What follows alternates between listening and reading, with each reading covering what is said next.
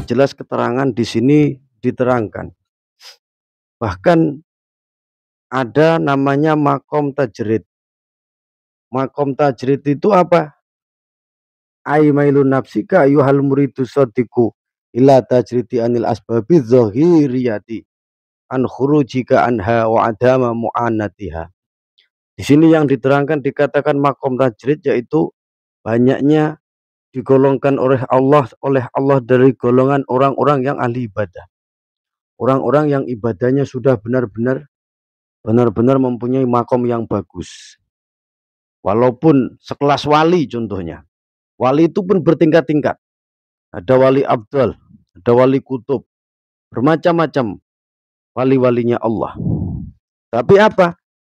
Di sini diterangkan bahwasanya orang yang sudah mempunyai makom tajrid, orang yang sudah mempunyai bertempat di mana Allah memberikan salah satu makom tajrid secara zahiriyah dan secara nyata. Contoh misal, Allah sudah menjadikan seorang, ini mohon maaf, seorang kiai. Allah menjadikan seorang ulama. Allah menjadikan seorang ustadz. Mereka kegiatan dalam hari-harinya apa? Mereka hanya mengajar. Mohon maaf, setelah ba'da maghrib, setelah selesai maghrib mereka mengajar. Ada yang wirid, ada yang mengajar, mancing isya. Waktu isya mereka berdampar lagi dengan para santri-santrinya, dengan para jamaahnya misalnya. Mereka sudah ditempatkan Allah sampai sehingga selesai mengajar. Mungkin jam 9, jam 10 waktu istirahat. Dan setelah dikatakan, ini makommu, ini tempatmu. Maka janganlah engkau mencari suatu tempat lagi jika Allah sudah memberikan satu tempat. Dalam artinya apa? Maka Allah sudah menempatkan kita di kehidupan tajrid, di makam satu titik. Kita adalah mengajar yang mempunyai sifat, mempunyai santri, mempunyai jamaah. Maka apa di sini diterangkan? At-tajridi anil asbabi zahiri riyati. Jadi jangan sekali-kali kalau orang sudah mempunyai di situ, orang mempunyai makam namanya makam tajrid, tempat yang enak, walaupun semua makam enak. Maksudnya gini, saya sudah dijadikan Allah jam, waktu, pekerjaan, ataupun dalam Islam dinamakan dakwah. Jadi sudah, kalau mau menambah usaha, misalnya mau usaha, monggo. Masih punya santri, masih punya keluarga, kita buka usaha. Nah ini yang dinamakan udah makom tajrid. Karena pekerjaan mereka hanya mengajar, menjungkung kepada Allah, ibadah kepada Allah Subhanahu wa Ta'ala. Dan bahkan setelah usai subuh, mereka sudah dalam keadaan majelis lagi, di dalam majelis ilmu. Jadi mereka sudah bersama santri-santrinya sampai jam waktu duha misalkan, sebelum santri berangkat ke sekolah.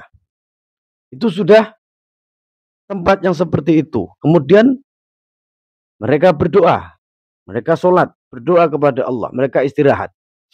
Makanya apa di sini yang diterangkan? Salah satu makom ada yang tajrid, yaitu biasanya Allah memberikan kepada ulama-ulama Allah, Allah memberikan kepada apa? Pewaris para nabi. Allah memberikan kepada aulia-aulia kekasih Allah. Jadi sudahlah. Yang dimaksudnya di sini yang sudah ditempatkan dirinya di makom tajrid, ya jangan sekali-kali meminta sama Allah, jangan sekali-kali kiai, ini maaf ini bahan contoh. Kiai ustadz sudah punya pondok pesantren, sudah punya usaha sendiri, di situ masih mencalonkan dirinya di dalam duniawi. Nah, jadi gitu, ya. Jadi ay khurujika an hawa adami mu'anatiha. Ma'aikumatillahi iyaka fil asbabi. Sudah, jangan kau kembali ke makom asbab, ke makom kasab. Makom kasab itu pengupajo penggawean, pekerjaan yang maafnya ngomong biasa-biasa aja, pekerjaan yang sederhana. Gitu ya. Seperti misalnya ya tukang bangunan, kuli-kuli, semua pekerjaan di pasar, entah di kantor. Nah, itu termasuk kasab. Ya, Termasuk pekerjaan yang kita kerjakan sehari-hari sangat menguras tenaga. Jadi intinya gini, kalau Allah sudah menempatkan kita di makam yang bagus, jangan kembali ke makam yang asal, yaitu makam kasab. Nikmat Allah yang berikan kepada para ulama itu sudah mulia. Karena apa? Tugas mereka menyampaikan syariat untuk memasyarakatkan syariat dan untuk mensyariatkan masyarakat. Jadi emang tugas mereka. Kadang orang pun berpikir, dari mana sumber rezekinya seorang ulama? Dari mana sumber rezekinya seorang kiai, seorang ustadz? Bahkan mereka tidak pernah kerja. Tapi jangan lupa, sudah banyak seorang alim ulama mempunyai usaha dari awal dari nol. Bahkan sebelum mereka dari para leluhurnya, datuk-datuknya mendirikan, kakek neneknya mendirikan pondok pesantren, mereka sudah dibekali dengan usaha. Jadi jangan cemburu. Karena mereka sudah ditakdirkan Allah menjadi ditempatkan di makom tajrid. Nah itu, karena pekerjaan mereka hanya dakwah, ibadah, menyembah Allah dengan sepenuhnya. Ngaji, ngaji sholat, istikharah, turu dilu, tangi meneh, bangun lagi. Setelah bangun lagi mereka hanya berhadapan kepada Allah Subhanahu wa Ta'ala. Nah, jangan kembali ke makom kasab. Masa maafnya ngomong, contoh, kiai kok nyalon. Nah, itu jadi pertanyaan juga kadang kan. Maka akan dikembalikan lagi sama Allah wa alamatu zalika ayuhayyi akalaka wa anta jidas samata fi dinika indamu anatia. Jangan sampai Allah menempatkan kita ke bawah lagi. Kita sudah punya tempat yang mulia. Orang yang tajrid tadi, ya, mereka sudah jadi ulama besar. Kenapa harus mencalonkan dirinya sebagai maaf anggota dewan? Maaf, mereka mencalonkan sebagai calon bupati. Mereka mencalonkan dirinya sebagai lain-lain. Nah ini yang dikatakan di sini, ya, kalau sudah mempunyai makam yang sangat dimuliakan oleh Allah, jangan kau hinakan lagi, jangan kau kembalikan lagi di makam yang paling asor. Maafnya ngomong, apakah makam kasab asor? Enggak, tapi mereka sudah ditempatkan di tempat, maafnya ngomong, yang sudah mulia. Jangan kembali mengganggu pekerjaan orang lain yang di bawah. Makanya adanya ulama, adanya umarok, itu sudah dibuat, mesti prosedur karo Allah Subhanahu wa Ta'ala, itu mesti dibuat.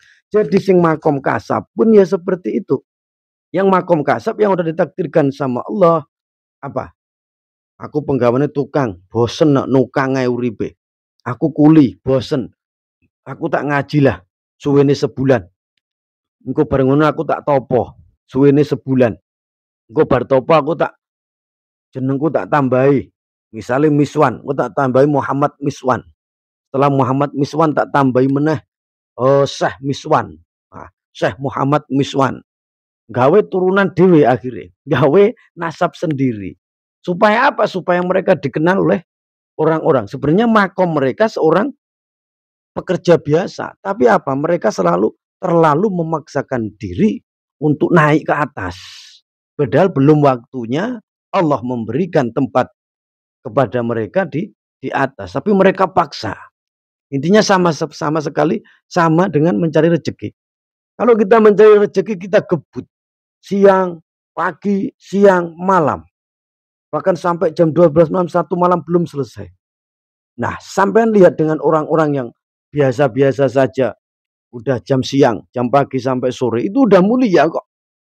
Allah sudah mencukupi semuanya. Makanya apa yang kamu cari? Kalau Allah sudah menakdirkan seberapapun rezekimu, kalau kau kejar sampai kemanapun, maka ya cuma itu saja yang akan engkau dapat.